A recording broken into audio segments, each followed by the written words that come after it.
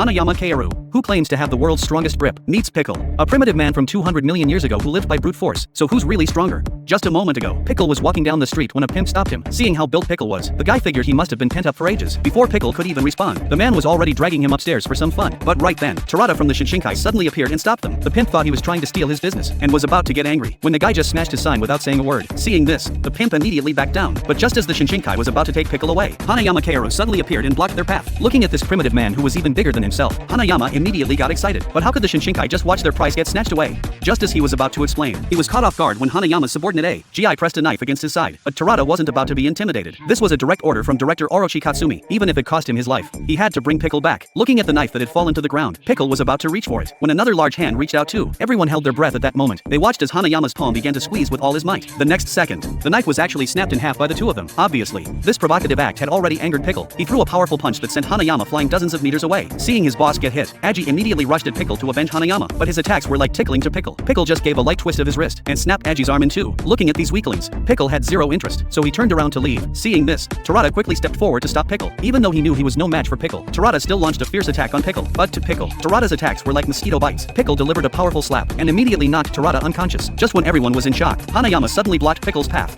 I won't let you leave. Is it about to go down?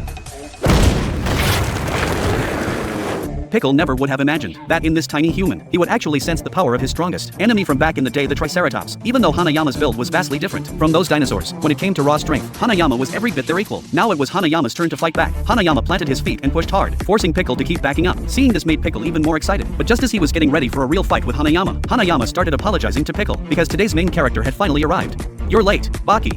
Thanks for letting me know, Hanayama-san. Baki walked up to Pickle. To Baki, Pickle's physique was clearly born for battle. At this moment, Baki felt incredibly excited because the feeling Pickle gave him was even more intense than Yujiro's demon back. I just wanted to meet you. Wanted to meet you. Wanted to meet you. Really wanted to meet you. Yeah, that's it.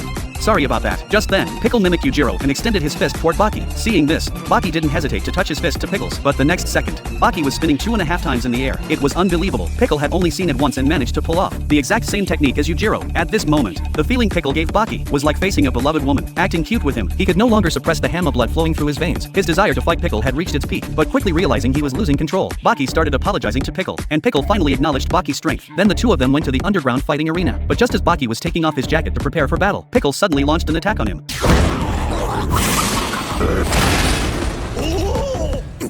With just one hit, Baki was sent flying into the stands and knocked completely unconscious. After winning, Pickle acted like a 400-pound child, happily dancing around.